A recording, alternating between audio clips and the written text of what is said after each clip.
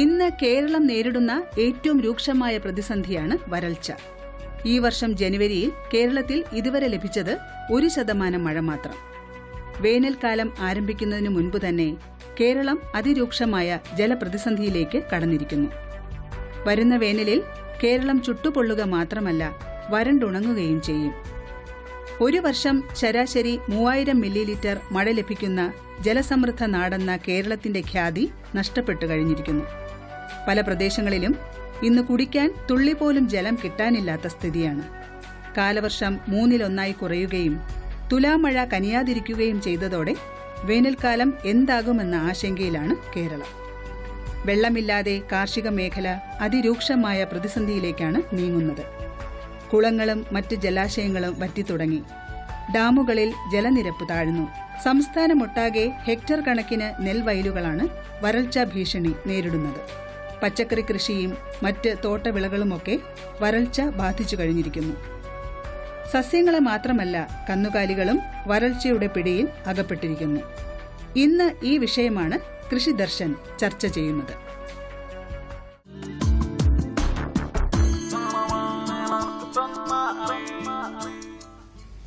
നമസ്കാരം.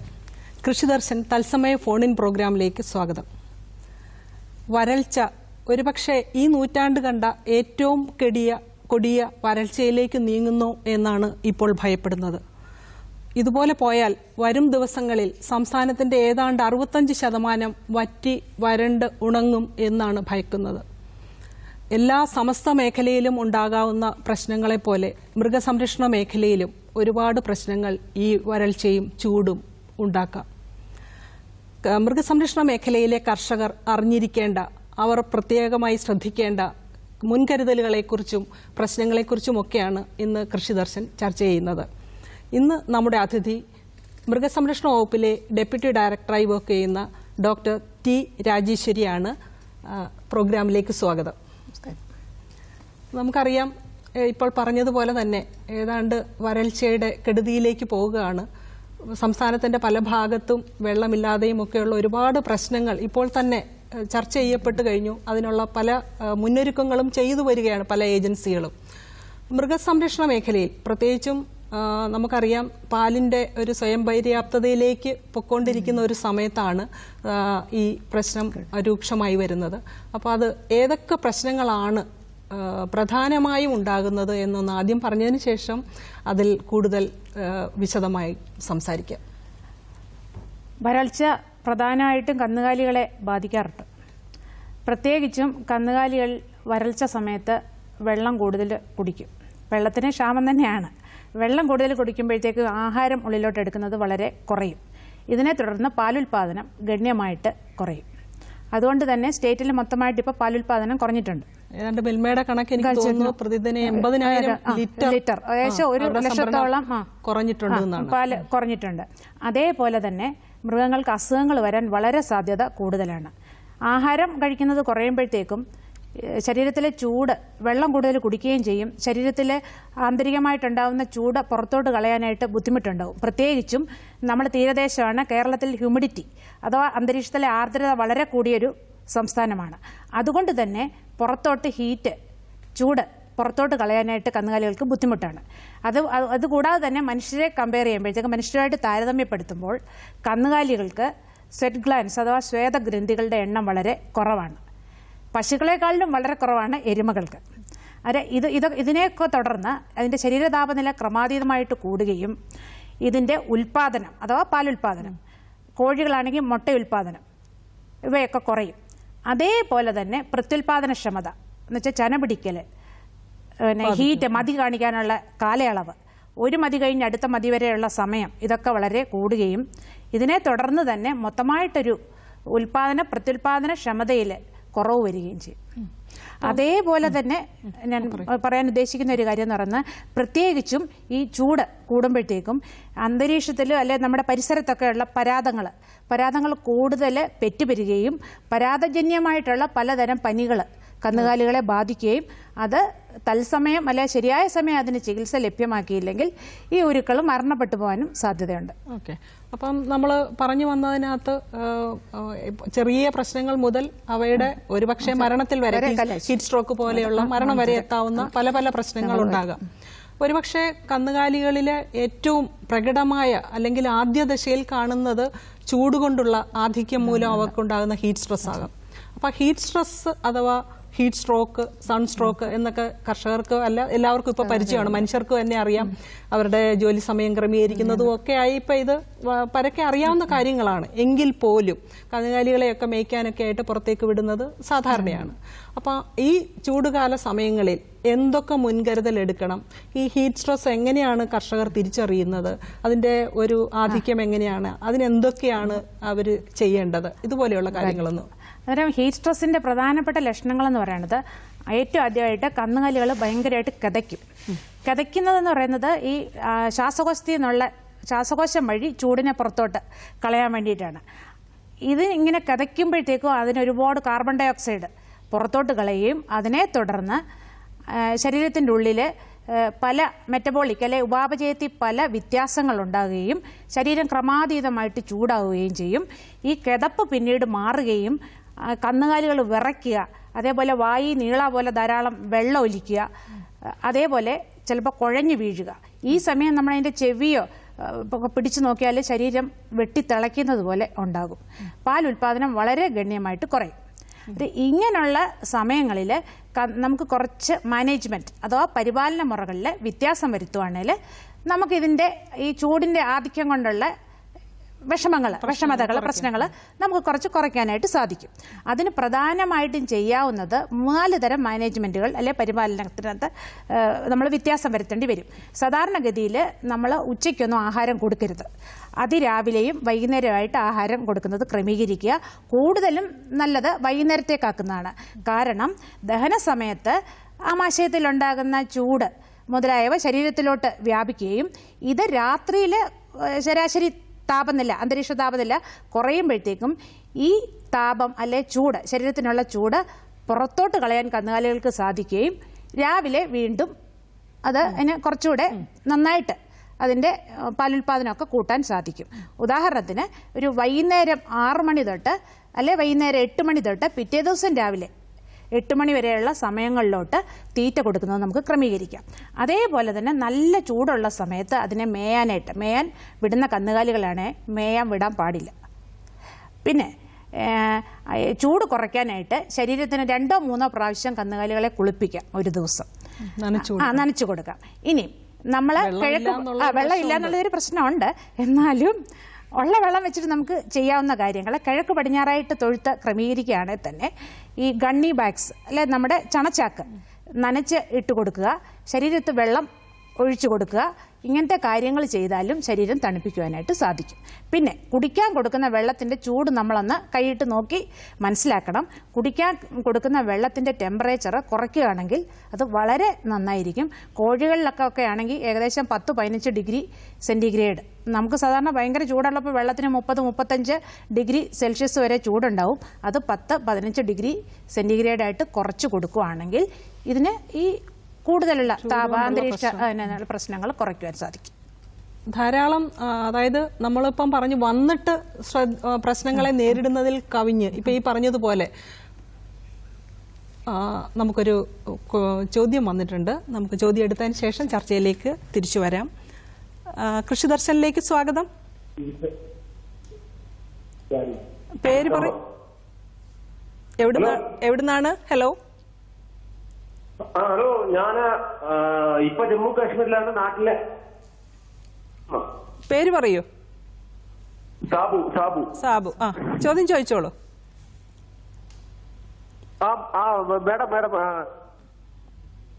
മേഡം ഞാന് ഒരു ഡൗട്ട്.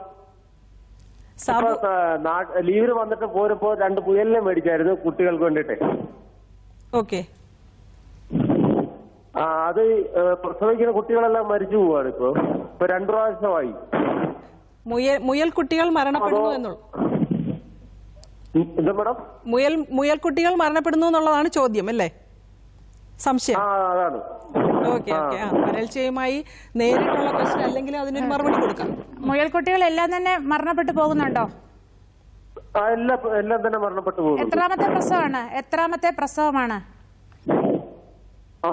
ആയിരുന്നു. പിന്നെ അത് കഴിഞ്ഞ് പിന്നെ 2-3 പ്രാവശ്യമായി. ഇപ്പൊ ഞാൻ ലീവിന് വന്നതിന് ശേഷം 3ാമത്തെ പ്രാവശ്യവും പ്രസവിച്ച് അതെല്ലാം മരിച്ചുപോയി. 3 പ്രാവശ്യം കുട്ടികളെല്ലാം മരിച്ചുപോയി അല്ലേ? എല്ലാം മരിച്ചുപോയി. എന്തൊക്കെയാണ് തീറ്റ കൊടുക്കുന്നത്? അത് കൂട്ടിലിട്ടാണ് പച്ചപ്പുല്ല് എല്ലാം കൊടുക്കുന്നുണ്ട്. പിന്നെ വീട്ടിലെ ആഹാരത്തിന്റെ വേസ്റ്റ് എല്ലാം കൊടുക്കുന്നുണ്ട് കുട്ടികൾക്ക് വേണ്ടി. അങ്ങനെ കുട്ടികളെ നന്നായിട്ട് കിട്ടണമെങ്കിലേ കുറച്ചുകൂടെ മാംസ്യസമ്പുഷ്ടമായിട്ടുള്ള ആഹാരം കൊടുക്കണം. പ്രത്യേകിച്ചും കടല മുളപ്പിച്ചത്, നമ്മുടെ ചെറുകടലയില്ലേ, ചെറുകടല മുളപ്പിച്ചത്, അതേപോലെ തന്നെ ഇലവർഗ്ഗങ്ങൾ, ക്യാരറ്റ്, ബീറ്റ്റൂട്ട് അങ്ങനത്തെ സാധനങ്ങളൊക്കെ കൊടുക്കുക. ഇങ്ങനത്തെ സാധനങ്ങളൊക്കെ കൊടുത്തു കഴിഞ്ഞാൽ തന്നെ ഈ വൈറ്റമിൻസ്, മുളപ്പിച്ച കടല കൊടുക്കുമ്പോഴത്തേക്ക് അതിനകത്ത് ഒരുപാട് വൈറ്റമിൻ ഇ അങ്ങനത്തെ പിന്നെ വൈറ്റമിൻസിന്റെ ഘടകങ്ങൾ ഒക്കെ കൂടും.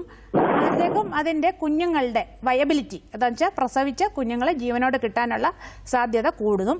പിന്നെ ഇത് കൂടാതെ ഈ കുഞ്ഞുങ്ങൾക്ക് ഇൻഫെക്ഷൻ വല്ലതും കൊണ്ട് ചിലപ്പം ഗർഭാശയത്തിനുള്ളിലെ ഇൻഫെക്ഷന് അഥവാ അണുബാധ മൂലം മരണം സംഭവിക്കാം. അങ്ങനാണെങ്കിൽ അടുത്ത പ്രാവശ്യം ഇത് ചന പിടിച്ചു എന്ന് അല്ലെ ഗർഭമായെന്ന് ഉറപ്പുവരുത്തുകയാണെങ്കിൽ, ഉറപ്പുണ്ടെങ്കിൽ ഒരു ഡോക്ടറുടെ നിർദ്ദേശാനുസരണം ഒരു കോഴ്സ് ആന്റിബയോട്ടിക്കുകളോട് കൊടുത്താൽ നന്നായിരിക്കും. ഹലോ. അതുപോലെ തന്നെ പ്രസവിച്ച മുയലിനും കുട്ടികൾക്കും ധാരാളം വെള്ളം കുടിക്കാൻ കൊടുക്കണം, അത് ഉറപ്പാക്കണം കേട്ടോ.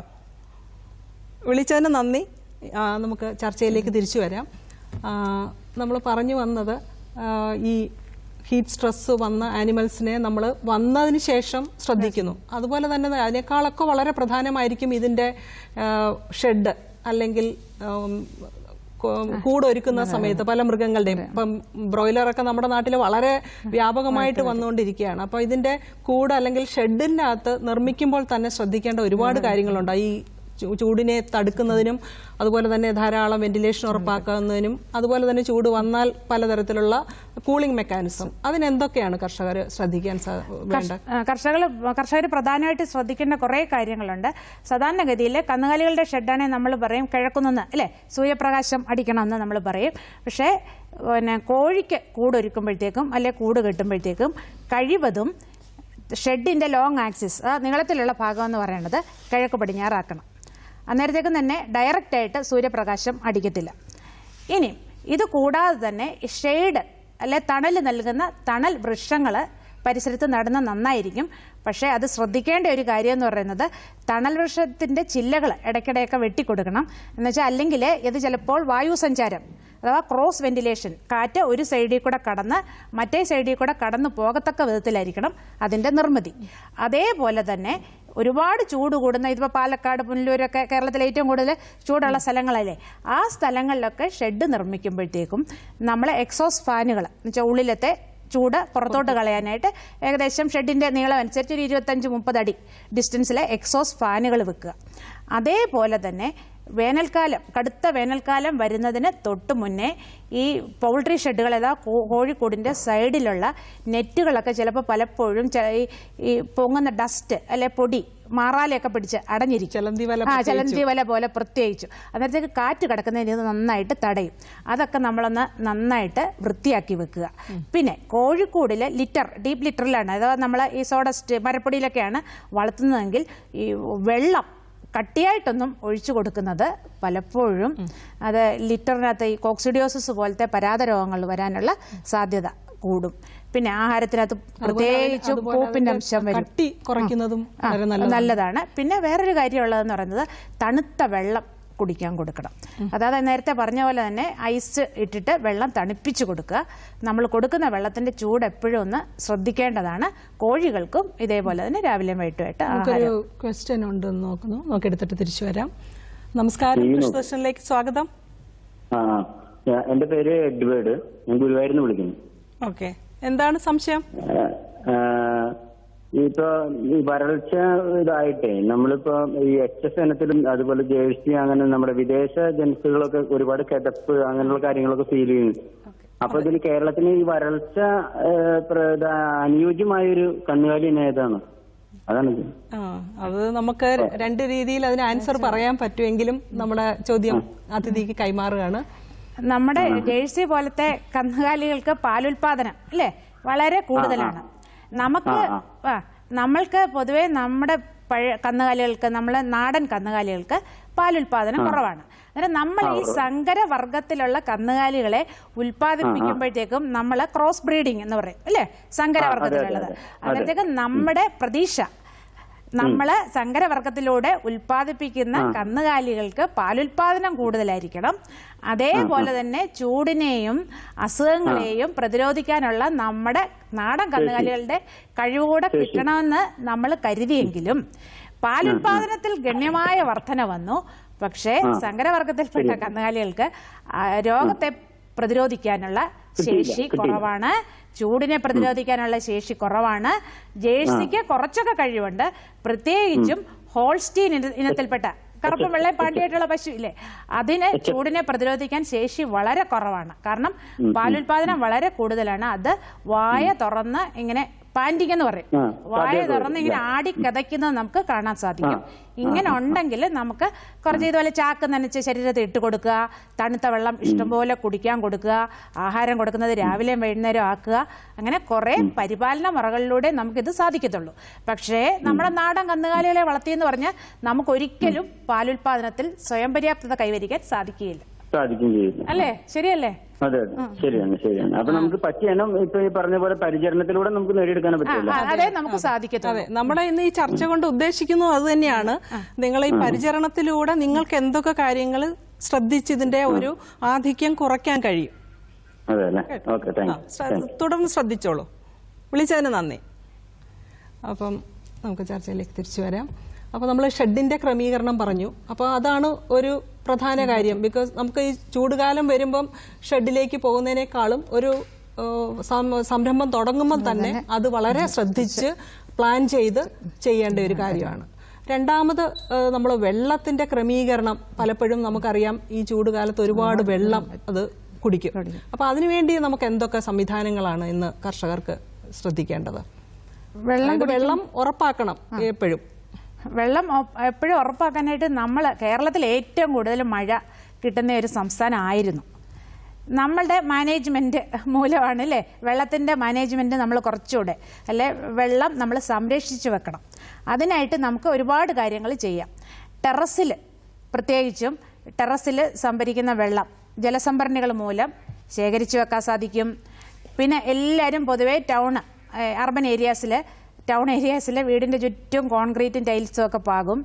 അതിന് പ്രത്യേകിച്ചും അങ്ങനെ പാകാതെ ചെറിയ ചെറിയ മഴക്കുഴികൾ ഉണ്ടാക്കുകയാണെങ്കിൽ അതുവഴി നമ്മുടെ വെള്ളം താഴോട്ട് പോകും. അന്നേരം അതെന്ന് പറയുന്നത് അങ്ങനെ താഴോട്ട് പോകുന്ന വെള്ളം ഭൂഗർഭ ജലവിധാനത്തിനെ നിയന്ത്രിക്കാനായിട്ട് സഹായിക്കും.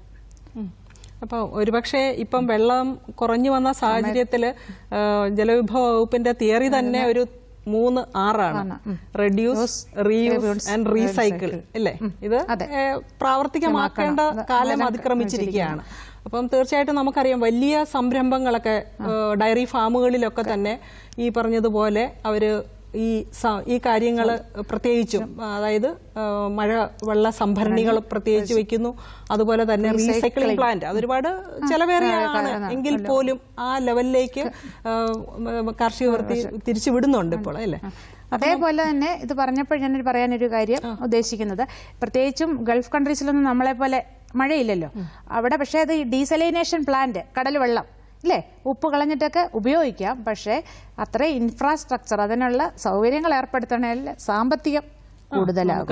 കർഷകർക്ക് അത് നടക്കത്തില്ല, കൊണ്ടുപോകാൻ കഴിയണം. പക്ഷെ എന്നിരുന്നാലും വെള്ളത്തിന്റെ ഉപയോഗം, അതുപോലെ തന്നെ ഞാൻ ഉദ്ദേശിച്ചത് ഇപ്പം ഇടയ്ക്ക് ഓരോ തൊട്ടി വെള്ളം കൊണ്ട് കൊടുക്കുന്ന രീതി ഏതായാലും ഈ ചൂടുകാലത്ത് നടക്കത്തില്ല. അപ്പം ഈ ഓട്ടോമാറ്റിക് ഡ്രിങ്കേഴ്സ് പോലെയുള്ളത് വളരെ വലിയ ചെലവില്ലാതെ കർഷകർക്ക് ചെയ്യാവുന്ന ഒരു കാര്യമാണ്. പിന്നെ അതുപോലെയുള്ള കാര്യങ്ങൾ. പിന്നെ അതുപോലെ തന്നെ തീറ്റയുടെ ഗുണമേന്മയിൽ വ്യത്യാസം എന്തൊക്കെയാണ്? ഇപ്പൊ പച്ചപ്പുല്ല് വളരെയധികം കുറവായിരിക്കുമല്ലോ. അപ്പൊ അതിലെന്തൊക്കെ കാര്യങ്ങളാണ് ശ്രദ്ധിക്കേണ്ടത്? എന്തൊക്കെ സപ്ലിമെന്റ്സ് അല്ലെങ്കിൽ വേണ്ടി വരും? അതിൽ കർഷകർക്ക് എന്തൊക്കെ ചെയ്യാം? സാധാരണഗതിയിൽ ചൂടുകാലത്ത് പറഞ്ഞല്ലോ, ചൂടുകാലത്ത് ശരീരത്തിലെ പച്ചപ്പുല്ലിന്റെ അളവ് നമുക്ക് വളരെ കുറവായിരിക്കും. അന്നേരത്തേക്ക് നമുക്ക് അതിന് പകരമായിട്ട് നമുക്ക് വാഴയില ഇങ്ങനെ കുറേ നമുക്ക് അവൈലബിൾ ആയിട്ട് ട്രീ ഫോഡേഴ്സ്, പ്ലാവില, അങ്ങനത്തെ പലതരം ഇലവർഗ്ഗങ്ങളും നമുക്ക് കൊടുക്കാൻ സാധിക്കും. പക്ഷേ അന്നേരമൊക്കെ ഒരു കാര്യം ശ്രദ്ധിക്കേണ്ടത്, പ്രത്യേകിച്ചും നമ്മൾ കൊടുക്കുന്ന പച്ചപ്പുല്ലിനത്തിൻ്റെ അല്ലെങ്കിൽ ഫോറേജസ് അതിൻ്റെ ക്വാളിറ്റി അല്ലെ ഗുണനിലവാരം കുറയും തോറും കൂടുതൽ ചൂട് ആമാശയത്തിൽ ഉൽപ്പാദിപ്പിച്ചുകൊണ്ടേയിരിക്കും. അന്നേരം ശരീരം കൂടുതൽ ഓവർ ഹീറ്റഡ് ആവും, കൂടുതലായിട്ട് അതിനകത്ത് ചൂട് ശരീരത്ത് വരും. അതുകൊണ്ട് തന്നെ കഴിവതും ക്വാളിറ്റി ഫോഡർ അല്ലെ ക്വാളിറ്റി നല്ല ഗുണനിലവാരമുള്ള പച്ചപ്പുല്ല് കൊടുക്കാൻ ശ്രദ്ധിക്കേണ്ടതാണ്. അത് കുറവായിരിക്കും. പിന്നെ ഒരുപാട് പച്ചപ്പുല്ല് ലഭ്യമായ സമയത്ത് നമുക്ക് സൈലോ പോലത്തെ കാര്യങ്ങൾ ഉണ്ടാക്കി വെക്കാൻ സാധിക്കും. അതേപോലെ തന്നെ പക്ഷേ സൈലോ എന്ന് ഒരു വാക്കിൽ പറഞ്ഞാൽ പലർക്കും മനസ്സിലാകില്ലായിരിക്കും. പച്ചപ്പുല്ല് ധാരാളമായി ഉള്ള സമയത്ത് നമുക്ക് പച്ചപ്പുല്ലിനെ സംഭരിച്ച് അത് പലതരം ഉണ്ട്. ഈവൻ ഇപ്പോൾ ശരിക്കും ഈ പെയിന്റ് വരുന്ന വലിയ ഈ ഡപ്പ പോലത്തെ വലിയതിനകത്ത് വരെ, പ്രത്യേകിച്ച് ചാക്കിൻ്റെ അകത്ത് ഈ പ്ലാസ്റ്റിക് ഡപ്പകളിലൊക്കെ തന്നെ വലിയ തോതിൽ മൊളാസസ്, ശർക്കര അങ്ങനത്തെ സാധനം ചേർക്കാതെ തന്നെ സൈലോ, അതായത് ഈ പുല്ല് സംരക്ഷിച്ചു വെക്കുന്ന സൈലോസ് ഉണ്ടാക്കുന്ന സംവിധാനങ്ങൾ ലഭ്യമാണ്, പരീക്ഷണാടിസ്ഥാനത്തിൽ ലഭ്യമാണത്. അത് ചെയ്യാൻ സാധിക്കും. അതേപോലെ ട്രീ ഫോഡേഴ്സ് ഒക്കെ കൊടുക്കാൻ സാധിക്കും. പിന്നെ സപ്ലിമെന്റ്സ് നമ്മൾ ധാരാളം കൊടുക്കണം. പ്രത്യേകിച്ചും പച്ചപ്പുല്ല് കുറയുമ്പോഴത്തേക്കും ജീവകം എ കുറയും. ജീവകം എ ഉണ്ടെങ്കിലേ ശരീരത്തിലുള്ള കോശങ്ങളുടെ ശക്തി നിലനിൽക്കത്തുള്ളൂ. കൂടുതൽ ചർച്ച വേണം. എന്താണെന്ന് വെച്ചാൽ കർഷകർ പ്രത്യേകിച്ച് ശ്രദ്ധിക്കേണ്ട കാര്യങ്ങളാണ്. നമുക്കൊരു ഇടവേള എടുത്തതിന് ശേഷം തിരിച്ചു വരാം. ഓക്കെ.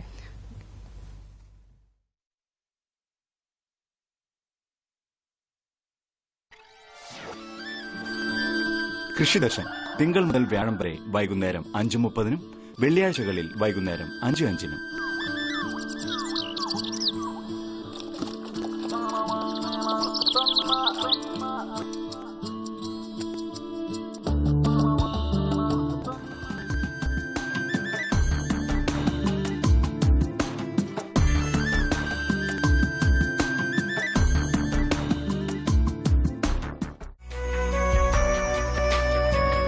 വേനൽ ചൂട് കടുത്തതോടെ കന്നുകാലികൾ രോഗത്തിന്റെ പിടിയിൽ അകപ്പെടുകയാണ്.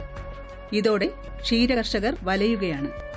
പാടശേഖരങ്ങൾ പോലുള്ള തുറസായ സ്ഥലങ്ങളിൽ കന്നുകാലികളെ മേയാൻ വിടുമ്പോൾ സൂര്യാഘാതം ഏൽക്കാനുള്ള സാധ്യതയുണ്ട്. നട്ടുച്ചയ്ക്കും മറ്റും തീറ്റയ്ക്കായി കെട്ടുന്ന മൃഗങ്ങൾക്കും കുടിവെള്ളത്തിന്റെ ലഭ്യത കുറവ് മൂലം അഴുക്കുവെള്ളം കുടിക്കുന്ന മൃഗങ്ങൾക്കുമാണ് രോഗം വരാനുള്ള സാധ്യത കൂടുതൽ. ഇതിനു പുറമെ നിർജ്ജലീകരണം എന്ന രോഗാവസ്ഥയും കണ്ടുവരുന്നു. രോഗങ്ങൾ മാത്രമല്ല, ക്ഷീരകർഷകർ നേരിടുന്ന മറ്റൊരു വെല്ലുവിളി കന്നുകാലികളുടെ തീറ്റയുടെ ദൗർലഭ്യമാണ്. ഇതുമൂലം പാലുൽപാദനത്തിൽ ഗണ്യമായ കുറവ് വരുന്നു. കന്നുകാലികൾക്ക് ശരീര ഊഷ്മാവ് വളരെ കൂടുതലാണ്. അതിനാൽ അവയ്ക്ക് തെർമൽ സ്ട്രെസ് ഉണ്ടാകുന്നു. ഇത് പാലുൽപാദനം, പ്രത്യുൽപാദനം, ശരീര വളർച്ചാ നിരക്ക്, രോഗപ്രതിരോധ ശേഷി എന്നിവയെ പ്രതികൂലമായി ബാധിക്കുന്നു. ഈ സാഹചര്യത്തിൽ കന്നുകാലികളെ എങ്ങനെ സംരക്ഷിക്കാം എന്നതാണ് നാം ഇവിടെ ചർച്ച ചെയ്യുന്നത്. ചർച്ചയിലേക്ക് നമുക്ക് തിരിച്ചു വരാം.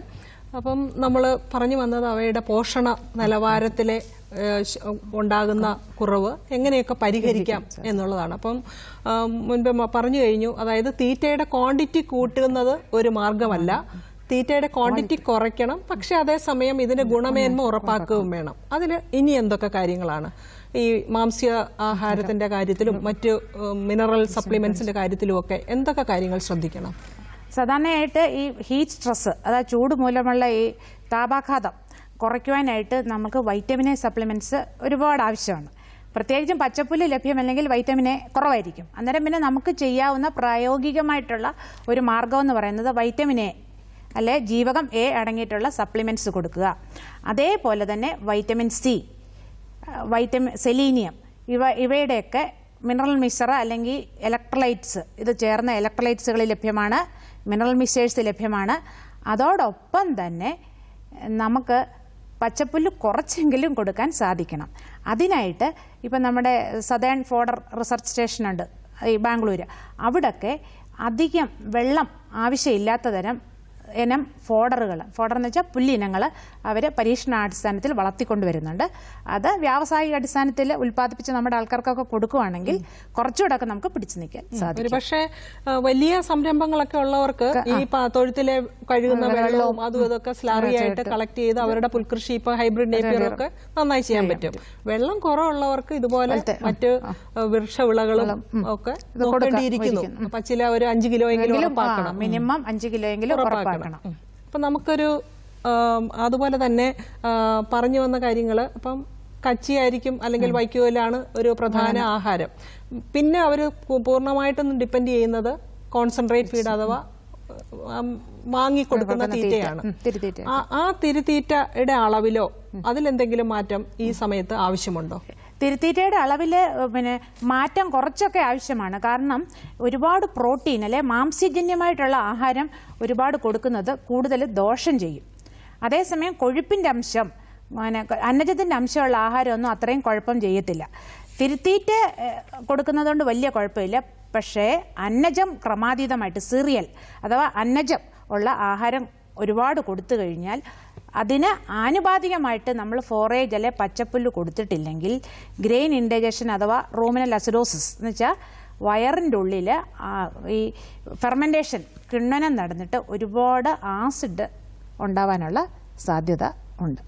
അതുകൊണ്ട് തന്നെ വൈക്കോലോ പച്ചപ്പുല്ല് ട്രീ ഫോഡർ ഇതെല്ലാം ഉള്ളൊരു മിക്സറെങ്കിലും സംയോജിതമായിട്ട് കൊടുത്താലേ അത് വയറിന് സുഖകരമായിട്ടിരിക്കത്തുള്ളൂ. മാത്രമല്ല ക്വാളിറ്റി കുറഞ്ഞ തീറ്റ നേരത്തെ പറഞ്ഞ പോലെ കൊടുത്താൽ ചൂട് ഒരുപാട് ക്രമാതീതമായിട്ട് ചൂട് വയറിൻ്റെ ഉള്ളിൽ ഉൽപ്പാദിപ്പിക്കപ്പെടും. നമുക്കൊരു ചോദ്യം കൂടിയുണ്ട്, എടുത്തതിന് ശേഷം തിരിച്ചു വരാം. കൃഷിദർശനിലേക്ക് സ്വാഗതം. ഹലോ. പേര് പറയൂ. ഭാസ്കരൻ. എവിടുന്നാണ്? ചാലക്കുടി കാരിക്കുളം എന്ന് പറയും. Okay okay. സംശയം ചോദിച്ചോളൂ. എനിക്ക് കുറച്ച് ആടുകളുണ്ട്. അപ്പോ ഈ സമയത്ത് കൊടുക്കേണ്ട ആഹാരക്രമങ്ങളോ അല്ലെങ്കിൽ അതിനെ പരിപാലിക്കേണ്ട രീതി അറിയാൻ വേണ്ടിയിട്ടാണ്. ഒരു പക്ഷേ വെള്ളം ഏറ്റവും കുറവ് വേണ്ട ഒരു ജീവിയാണ് ഒരു അഡ്വാൻറ്റേജ് ആടിനുണ്ടെങ്കിലും അതിന്റെ ആഹാരക്രമത്തെ കുറിച്ച് ആടുകൾക്ക് പൊതുവെ ആടുകൾക്കും അതേപോലെ തന്നെ ചെമ്മരിയാടിനും പൊതുവെ പശുക്കളുടെയും എരുമയുടെ അത്രയൊന്നും ഈ താപാഘാതം അവരെ അത്രയും ബാധിക്കത്തില്ല. കാരണം ആടിൻ്റെ സ്കിന്ന് വലിയ ചെവി ലൂസായിട്ടൊക്കെ ഉള്ളത് കൊണ്ട് തന്നെ ശരീരത്തിലെ താപം ശരീരത്തിലുണ്ടാകുന്ന ചൂട് കുറച്ചൊക്കെ പുറത്തോട്ട് പോകും. ഇനി ആടുകൾക്ക് ഈ ചൂട് സമയത്ത് നമുക്ക് കൊടുക്കാവുന്നത് തിരുത്തീറ്റ കൊടുക്കാം. തിരുത്തീറ്റ കൊടുക്കുമ്പോൾ ഒരു പ്രത്യേക കാര്യം ശ്രദ്ധിക്കണം. പലരും അറിവില്ലായ്മ മൂലം പശുക്കൾക്ക് കൊടുക്കുന്ന തിരുത്തീറ്റയാണ് ആടിനും കൊടുക്കുന്നത്.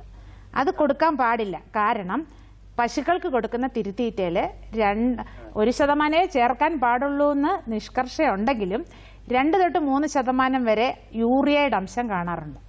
യൂറിയ പശുവിന് കൊടുക്കുന്ന തിരുത്തീറ്റയിൽ യൂറിയ കൂടുതലായിട്ട് ഉണ്ടാകാറുണ്ട്. യൂറിയ ആടിന് ഒട്ടും താങ്ങാൻ സാധിക്കത്തില്ല. യൂറിയ കൂടുതൽ ആടിൻ്റെ ശരീരത്തിൽ ചെന്നാൽ ആടിന് വയറിളക്കം നിൽക്കത്തേയില്ല. സ്ഥിരമായിട്ട് വയറിളക്കം വന്ന് നിർജ്ജലീകരണം വരും. ആടിൻ്റെ ഈ മാംസോൽപാദനം ശരീരത്തിൻ്റെ ബോഡിയുടെ ഭാരം കൂടുന്നത് വളരെ കുറയും. ആടുകളെ അത് പ്രതികൂലമായിട്ട് ബാധിക്കും. തിരുത്തീറ്റയും കൊടുക്കാം. പിന്നെ നമുക്ക് കുറച്ച് ട്രീ ഫോഡർ അഥവാ പിന്നെ മാവിൻ്റെ ഇല പ്ലാവിൻ്റെ ഇല അങ്ങനെ ഇലകളൊക്കെ ആട് തിന്നുമല്ലോ. അതായത് ഈ തിരുത്തീറ്റയും ഇലവർഗ്ഗങ്ങളും കൂടെ കൊണ്ട് നമുക്ക് പുല്ലില്ലെങ്കിലും ആടിനെ നമുക്ക് വളർത്താം. അതെ. വിളിച്ചതിന് നന്ദി. കോള് കട്ടായെന്ന് തോന്നുന്നു. വിളിച്ചതിന് നന്ദി. അതുപോലെ തന്നെ ഒരു പക്ഷേ നമ്മൾ ഇങ്ങനെ ഹീറ്റ് സ്ട്രെസ് അഥവാ താപാഘാതം ഏൽക്കുന്ന മൃഗങ്ങളുടെ ഒരു ഗ്രേഡിയൻസ് നോക്കിയാൽ ആർക്കാണ് ഇത് ഏറ്റവും കൂടുതൽ? ഏത് ചെറുതിനാണോ വലുതിനാണോ അല്ലെങ്കിൽ ഏത് സ്പീഷ്യസിനാണ്? അങ്ങനെയൊന്ന് പറഞ്ഞാൽ അതിനെ എങ്ങനെ തരംതിരിക്കാം? തരംതിരിക്കുകയാണെന്ന് പറഞ്ഞാൽ ചെറിയ പ്രായം കുറഞ്ഞ മൃഗങ്ങളെ നന്നായിട്ട് അഫക്റ്റ് ചെയ്യും. അത്യാവശ്യം പ്രായം ഇടത്തരം പ്രായമുള്ളതിനെ വലുതായിട്ട് ബാധിക്കത്തില്ല. പക്ഷെ വളരെ പ്രായം കൂടിയവരെയും ചെറിയ ആൾക്കാരെയാണ് കൂടുതലായിട്ട് ബാധിക്കുന്നത്. കാരണം പ്രായം കുറഞ്ഞ മൃഗങ്ങളുടെ ശരീരത്തിൻ്റെ തൂക്കത്തിലെ വെള്ളത്തിൻ്റെ അംശം ഏകദേശം 50 തൊട്ട് 80% ശരീര തൂക്കം അത് വെള്ളമാണല്ലോ. അന്നേരം ഈ പ്രായം കുറഞ്ഞ മൃഗങ്ങൾ കൂടുതൽ വെള്ളം കുടിക്കും. പക്ഷേ ഒരേ സമയമല്ല കുടിക്കുന്നത്, പല പ്രാവശ്യമായിട്ടാണ് ഈ വെള്ളം കുടിക്കുന്നത്. അതുകൊണ്ട് തന്നെ പെട്ടെന്ന് തന്നെ താപാഘാതം ഇതിനെ ബാധിക്കാൻ സാധ്യതയുണ്ട്.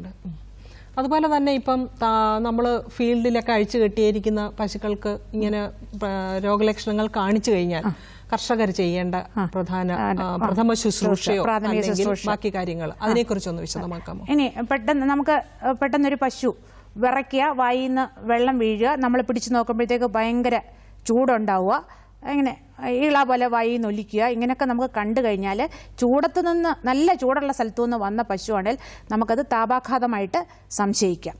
അന്നേരം നമുക്ക് പെട്ടെന്ന് ചെയ്യാവുന്ന കാര്യങ്ങൾ, ഒന്ന്, യാതൊരു കാരണവശാലും വളരെ തണുത്ത ഐസ് വെള്ളം, എല്ലാവർക്കും ഒരു തെറ്റിദ്ധാരണയുണ്ട് ഉടനെ അത്രയും ചൂടുള്ളത് കാരണം അത്രയും തണുത്ത വെള്ളം ഒഴിക്കാം എന്നുള്ള ധാരണ തെറ്റാണ്.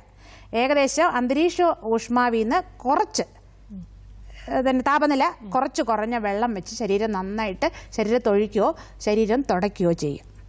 അതേപോലെ തന്നെ ഐസ് ലഭ്യമാണെങ്കിൽ തലയുടെ ഈ മസ്തകത്തിൻ്റെ ഭാഗത്ത് ഐസ് വെക്കാം. അങ്ങനെ വെക്കുന്നതുകൊണ്ട് ഒരു ഗുണമെന്ന് പറയുന്നത്, സാധാരണഗതി തലച്ചോറിൻ്റെ ഉള്ളിലാണ് ശരീരത്തിൻ്റെ താപനില നിയന്ത്രിക്കുന്ന സംവിധാനങ്ങൾ, ഹൈപ്പോതലാമസൊക്കെ അങ്ങനത്തെ അവയവങ്ങളൊക്കെ ഉള്ളത്. അതുകൊണ്ട് തന്നെ ആ തലച്ചോറിൻ്റെ ഉള്ളിലുള്ള താപനില കുറയ്ക്കാനായിട്ട് ഐസ് വെക്കുന്നത് സഹായിക്കും. പിന്നെ ഒരു ഡോക്ടറുടെ സേവനം, ധാരാളം തണുത്ത വെള്ളം കുടിക്കാൻ കൊടുക്കുക. അതേപോലെ തന്നെ ധാരാളം തണുത്ത വെള്ളം കുടിക്കാൻ കൊടുക്കുമ്പോൾ ശ്രദ്ധിക്കണം, കുപ്പിയിലൊക്കെ വെള്ളം കൊടുക്കുമ്പോഴത്തേക്കും ധൃതി വെച്ച് കൊടുക്കുമ്പോഴത്തേക്ക് ഈ വെള്ളം ശ്വാസകോശത്തിലോട്ട് പോവരുത്. അതൊക്കെ ശ്രദ്ധിച്ചിട്ട് വേണം കൊടുക്കാൻ, മറ്റവസ്ഥകളിലേക്ക് എത്താൻ കാരണമാവരുത്. അതേപോലെ തന്നെ ഡോക്ടറുടെ സേവനം ലഭ്യമാക്കുക. ഡോക്ടർ വന്നു കഴിഞ്ഞാൽ നന്നായിട്ട് IV എന്ന് വെച്ചാൽ നമ്മുടെ സിരകളിലൂടെ ഗ്ലൂക്കോസ് അല്ല ഇലക്ട്രോലൈറ്റ് വെള്ളമാണ് ആ സമയത്ത് കൊടുക്കുന്നത്. കാരണം നിർജ്ജലീകരണത്തിനെ തടസ്സപ്പെടുത്താൻ, അല്ലെ നിർജ്ജലീകരണം നിയന്ത്രിക്കാനായിട്ട് ഏറ്റവും നല്ലത് ഇലക്ട്രോലൈറ്റ് ബാലൻസ്ഡ് ആയിട്ടുള്ള ഈ റിംഗർ ലാക്ടേറ്റ് എന്നൊക്കെ പറഞ്ഞ സിരകളിൽ കുത്തിവെക്കുന്ന ഡോക്ടറുടെ സഹായത്തോടുകൂടി ചെയ്യണം.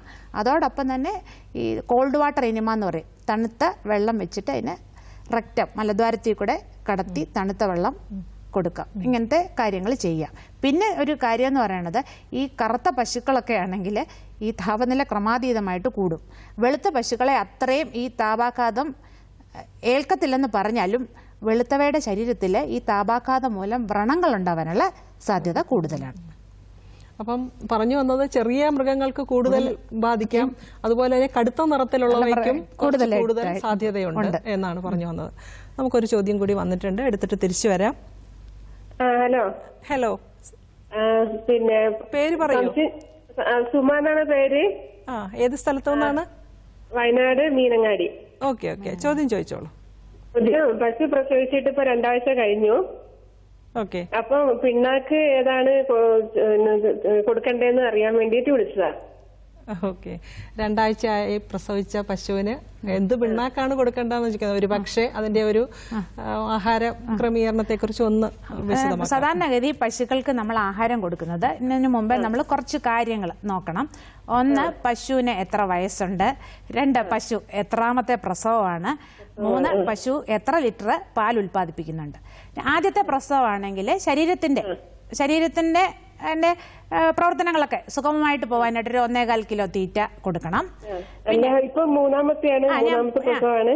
ഞാൻ പറയട്ടെ, ഞാൻ പറഞ്ഞിട്ട് സംശയം ഇങ്ങോട്ട് ചോദിക്കും. 1.25 കിലോ തീറ്റ ശരീരത്തിന്റെ സംരക്ഷണത്തിന് കൊടുക്കണം. അതേപോലെ തന്നെ ആദ്യത്തെ പ്രസവമാണെങ്കിൽ പശുക്കുട്ടി ആയിരിക്കുമല്ലോ, അത് വീണ്ടും വളർന്നുകൊണ്ടിരിക്കും. മൂന്നാമത്തെ പ്രസവം ആയത് കാരണം ആദ്യത്തെ പ്രസവമാണെങ്കിൽ ഞാനത് പറഞ്ഞത് 1 കിലോ തീറ്റയും കൂടെ കൂടുതൽ കൊടുക്കണം. പിന്നെ ചെയ്യേണ്ടത് ഓരോ 2.5 കിലോ പാലുൽപാദനത്തിനും, ഇപ്പൊ 2.5 കിലോ പാല് ഉണ്ടെങ്കിൽ 1 കിലോ തീറ്റ, 5 കിലോ പാലുണ്ടെങ്കിൽ 2 കിലോ തീറ്റ, അങ്ങനെ നമ്മളെ ഒരു ദിവസം കൊടുക്കാനുള്ള റേഷൻ നമ്മൾ കണക്ക് കൂട്ടണം. ഇതോടൊപ്പം 25 തൊട്ട് 30 കിലോഗ്രാം വരെ നല്ല പുല്ലൂടെ കൊടുത്താൽ നല്ലതായിരിക്കും. ഇനിയും പുല്ല് ഇഷ്ടം പോലെ ഉണ്ടെങ്കിൽ, ഇപ്പൊ ഈ ചൂടുകാലമാണ് ചർച്ച ചെയ്യുന്നത്, പുല്ല് ഇഷ്ടം പോലെ ഉണ്ടെങ്കിൽ ഓരോ കിലോ തീറ്റ ഓരോ 5 കിലോ പുല്ലിനും തുല്യമാണ് 1 കിലോ തീറ്റ. പുല്ല് കൂടുതൽ കൊടുത്താൽ മറ്റേയുള്ള കോൺസെൻട്രേറ്റഡ് തീറ്റ, അതായത് തിരുത്തീറ്റ കൊടുക്കുന്നത് കുറയ്ക്കാൻ സാധിക്കും. പിന്നെ ഒരു പ്രധാന കാര്യം, പിണ്ണാക്ക് മാത്രമായിട്ട് നമ്മൾ അധികം കൊടുക്കാനായിട്ട് നമ്മൾ ശുപാർശ ഇപ്പോൾ ചെയ്യില്ല. കാരണം നമ്മുടെ നാട്ടിലെ ഈ ആർദ്രത അന്തരീക്ഷത്തിൽ കൂടുതലാണ്, താപനില കൂടുതലാണ്. പലതരം പിണ്ണാക്കുകളിലും നമ്മൾ സ്ഥിരമായിട്ട് കണ്ടുവരുന്നതാണ് പൂപ്പിന്റെ അംശം വന്നിട്ട് പൂപ്പ് വിഷബാധ മൂലമുള്ള രോഗങ്ങൾ ഒരുപാട് കാണാറുണ്ട്. പ്രത്യേകിച്ചും പരുത്തിപ്പിണ്ണാക്ക്, കടലപ്പിണ്ണാക്ക്, ഇതിലാണ് ഏറ്റവും കൂടുതലായിട്ട് പൂപ്പിന്റെ വിഷം കാണുന്നത്. പിന്നെ തേങ്ങാപ്പിണ്ണാക്ക് കൊടുക്കുന്നതിന് കുഴപ്പമുണ്ടോ? തേങ്ങാപ്പിണ്ണാക്ക് കൊടുക്കുന്നതിന് കുഴപ്പമില്ല. ഇനി അഥവാ ചെറിയ നമുക്ക് പൂപ്പ് വല്ലതും വരുമോ, ഇപ്പൊ നല്ല ചൂടുള്ള സമയമല്ലേ, നമുക്ക് വല്ല സംശയം ഉണ്ടെങ്കിൽ നമ്മളൊരു വളരെ തിൻ ലെയറായിട്ട്, കട്ടി കുറഞ്ഞ ലെയറായിട്ട് നല്ല സൂര്യപ്രകാശത്തിൽ ഉണക്കിയിട്ടേ കൊടുക്കാവൂ. അഥവാ പൂപ്പുണ്ടോ എന്ന് സംശയം ഉണ്ടെങ്കിൽ ആ തീറ്റ കൊടുക്കരുത് കേട്ടോ. വിളിച്ചതിന് നന്ദി.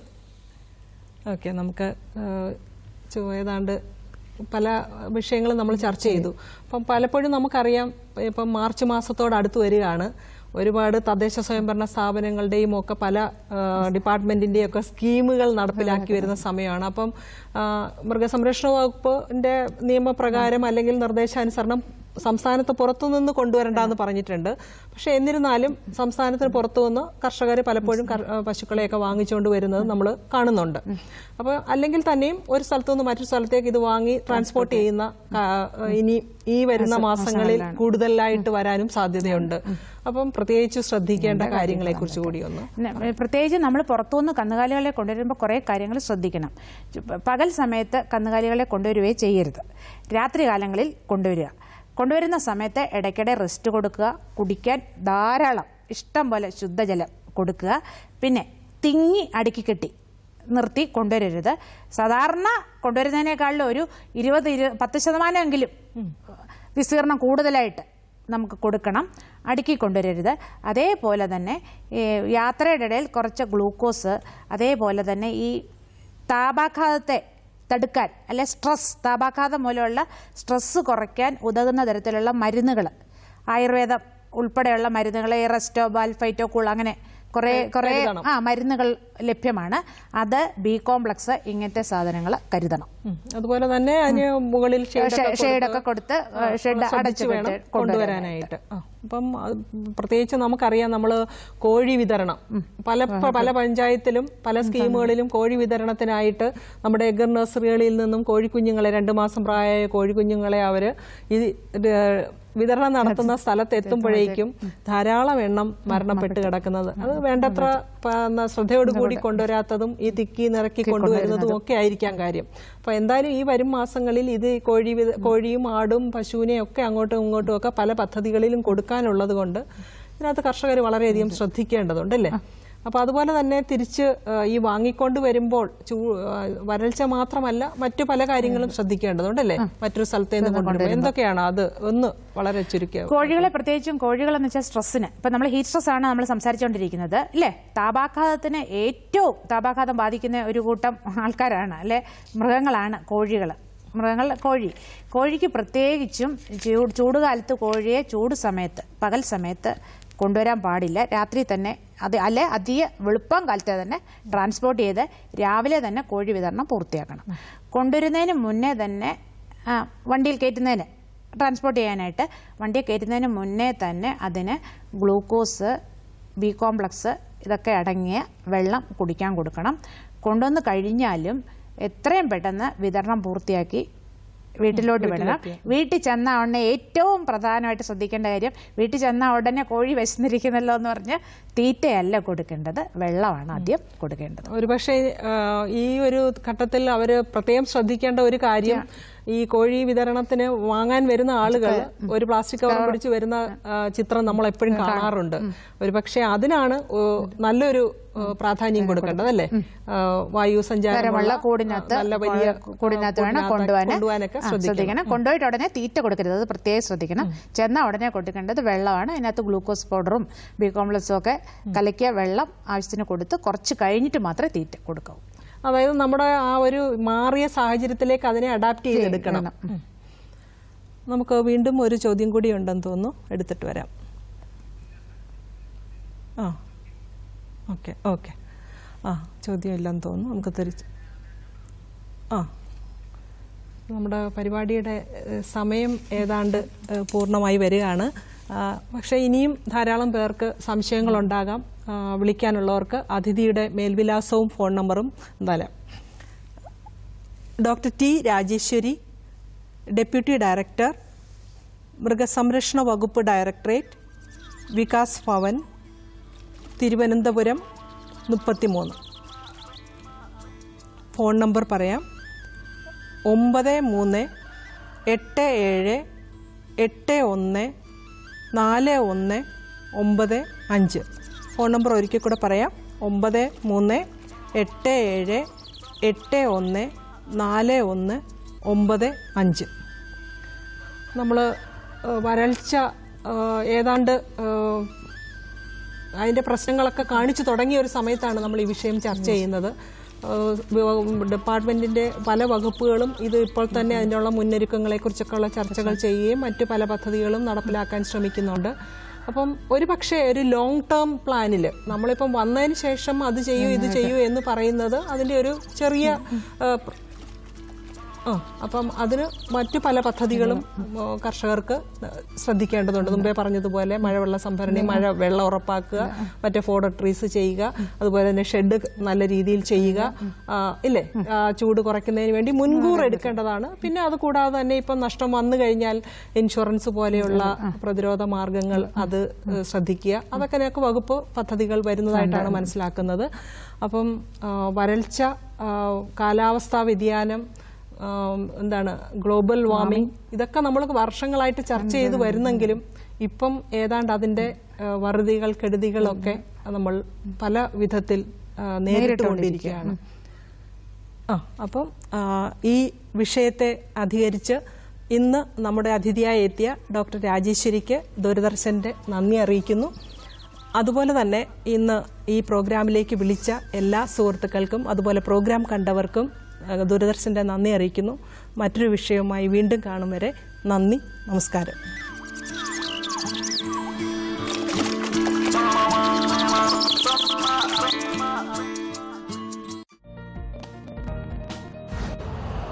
यूरिया का स्वदेशी उत्पादन 70 लाख टन बढ़ाने के लिए 6 उर्वरक संयंत्रों का उद्धार किया जा रहा है।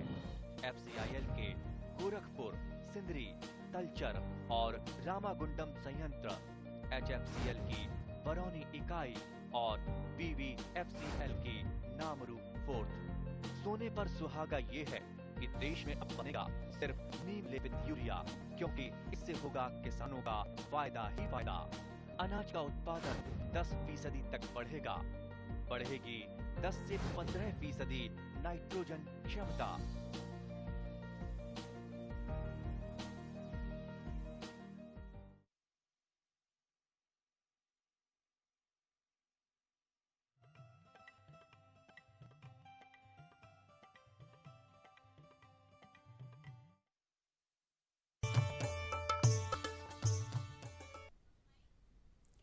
നമസ്കാരം. ദൂരദർശൻ കാർഷിക വാർത്തകളിലേക്ക് സ്വാഗതം. പ്രധാന വാർത്തകൾ.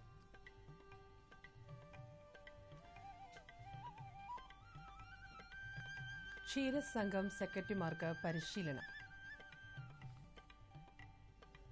വിള ഇൻഷുറൻസ് പദ്ധതിയിൽ അംഗമാകാം. ഉണക്ക റബ്ബർ ഉൽപ്പന്ന നിർമ്മാണത്തിൽ പരിശീലനം. ക്ഷീരവികസന വകുപ്പിന്റെ കൊല്ലം ജില്ലയിലെ ഓച്ചിറ ക്ഷീരോൽപ്പന്ന പരിശീലന വികസന കേന്ദ്രത്തിൽ വെച്ച് ഈ മാസം 13 മുതൽ 15 വരെ ക്ഷീര സഹകരണ സംഘം സെക്രട്ടറി, ക്ലർക്ക് എന്നിവർക്കുള്ള പരിശീലനം നൽകുന്നു. രജിസ്ട്രേഷൻ ഫീസ് 10 രൂപയാണ്. ടെലിഫോൺ മുഖേനയോ നേരിട്ടോ രജിസ്റ്റർ ചെയ്യാവുന്നതാണ്. രജിസ്റ്റർ ചെയ്തവർ 13-ം തീയതി രാവിലെ 10 മണിക്ക് പരിശീലന കേന്ദ്രത്തിൽ എത്തിച്ചേരേണ്ടതാണ്. കൂടുതൽ വിവരങ്ങൾക്ക് വിളിക്കേണ്ട ഫോൺ നമ്പർ 046626985550. സുരക്ഷിത ചിക്കൻ ഉപഭോക്താവിനും ന്യായവില കർഷകനും ലഭ്യമാക്കുക എന്ന ലക്ഷ്യത്തോടെ ഇന്ത്യയിൽ ആദ്യമായി ജീവനുള്ള ബ്രോയിലർ കോഴികളുടെ പൂർണ്ണ വിവരങ്ങൾ QR കോഡ് ചെയ്ത ബ്രാൻഡിംഗ് ലേബലോടെ വേണാട് സിഗ്നേച്ചർ ചിക്കൻ എന്ന പേരിൽ ഉപഭോക്താവിന് ലഭ്യമാക്കുന്നു. വാങ്ങുവാൻ പോകുന്ന കോഴിയെ വളർത്തിയ കർഷകൻ, കോഴിക്ക് നൽകിയ തീറ്റ, മരുന്നുകൾ, പ്രായം തുടങ്ങിയ വിവരങ്ങൾ മൊബൈൽ ഫോൺ ഉപയോഗിച്ച് സ്കാൻ ചെയ്ത് ഉപഭോക്താവിന് അറിയാൻ കഴിയും. ബ്രോയിലർ ഉത്പാദന രംഗത്ത് വേണാട് ഫാമേഴ്സ് പ്രൊഡ്യൂസർ കമ്പനി നടപ്പിലാക്കുന്ന ഈ പദ്ധതിയിൽ നബാർഡിന്റെ ഗ്രാന്റോട് കൂടി ബ്രോയിലർ ഡ്രസ്സിംഗ് ഔട്ട്ലെറ്റ് ആരംഭിക്കുവാൻ താൽപര്യമുള്ളവരും കമ്പനിയുടെ മേൽനോട്ടത്തിൽ വെജിറ്റേറിയൻ തീറ്റ നൽകി വേണാട് സിഗ്നേച്ചർ ചിക്കൻ ഉൽപ്പാദിപ്പിക്കുവാൻ താൽപര്യമുള്ളവരും ഇനി പറയുന്ന ഫോൺ നമ്പറുകളിൽ ബന്ധപ്പെടുക. Phone number 0424456225. Mobile number 8111884441.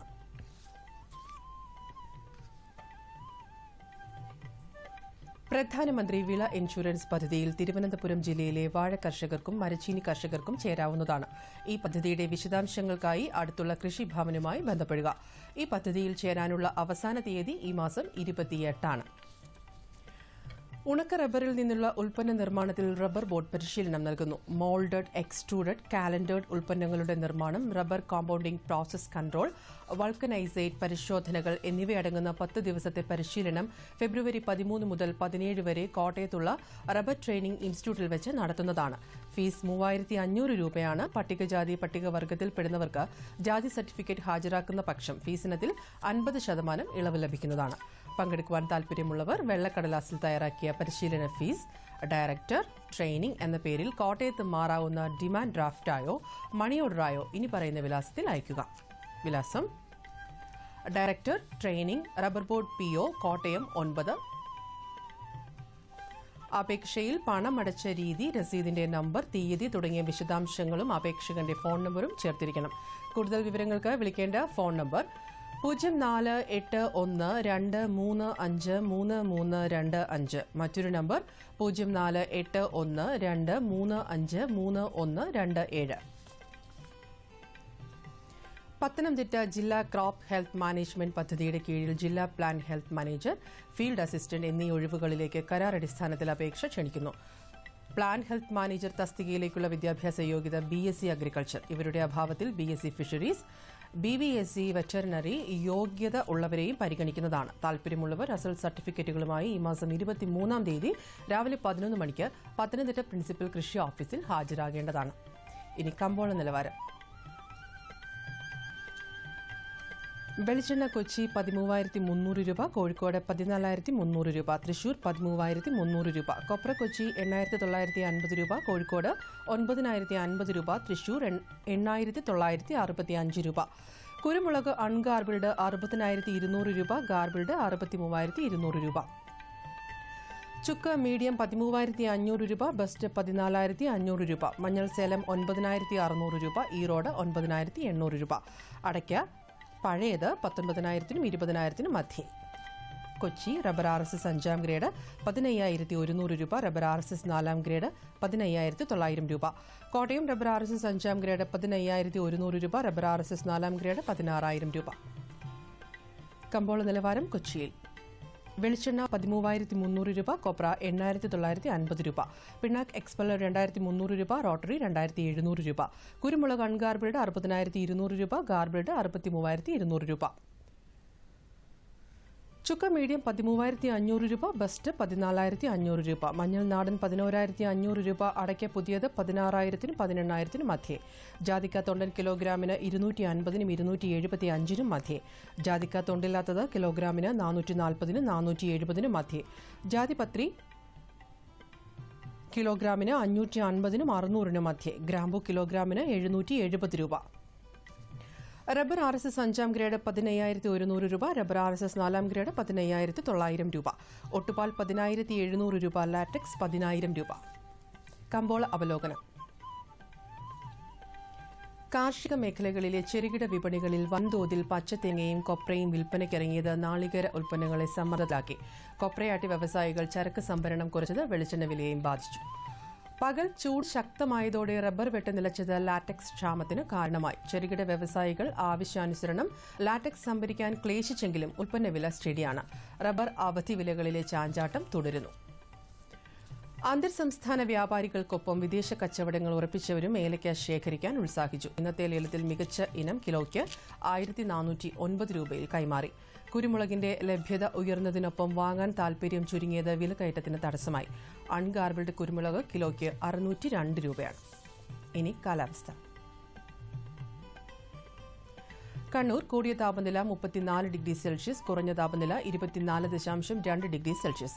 Kozhikode 35.9, 24. Kochi 35.8, 21.8. Alappuzha 33.3, 23.7. Punalur 36.5, 19.6. Thiruvananthapuram 32.5, കുറഞ്ഞ താപനില 22.6 ഡിഗ്രി സെൽഷ്യസ്. കാർഷിക വാർത്തകൾ കഴിഞ്ഞു. നമസ്കാരം.